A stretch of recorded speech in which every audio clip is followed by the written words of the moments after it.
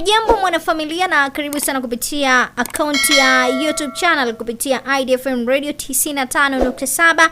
Tufuatilie moja kwa moja na usisahau kubonyeza neno subscribe alafu bonyeza alama ya kengele ili uwe miongoni mwa wale ambao wanapata taarifa wa kwanza kabisa kupitia IDFM Radio. Pia tufollow kupitia akaunti yetu ya Instagram IDFM Radio, lakini pia Facebook IDFM Radio ndio tufollow pale. Lakini kubwa zaidi ambalo tunalo siku ya leo katika upande wa kimichezo, nahodha na beki wa klabu ya Simba Rushin De Reuck ameweka wazi kuwa sababu ya umri wake pamoja na uzoefu mkubwa alionao katika soka ndio ilochangia benchi la ufundi pamoja na wachezaji wenzake kumpa jukumu la kuiongoza timu hiyo kama nahodha.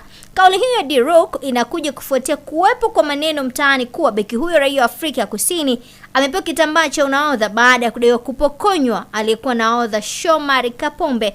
Hasa akizungumzia swala hilo, De Reuck alisema anajisikia vizuri kupewa jukumu la kuiongoza Simba, ingawa hakuwahi kufikiria au kutarajia kwa siku moja angelikuwa kiongozi wa timu hiyo uwanjani. Nikimnukuu, labda ni kwa kuzingatia umri wangu. Unajua nimewazidi umri wa wachezaji wengi hapa pamoja na uzoefu.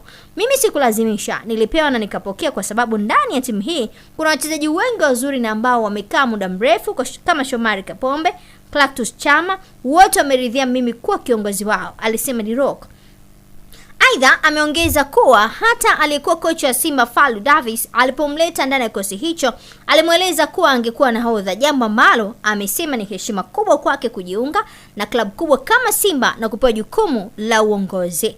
Tafadhali endelea kufuatilia YouTube channel ya Idea Radio, bonyeza neno subscribe, lakini pia usisahau kulike, kucomment na kushare kwa ndugu jamaa na marafiki. Enjoy.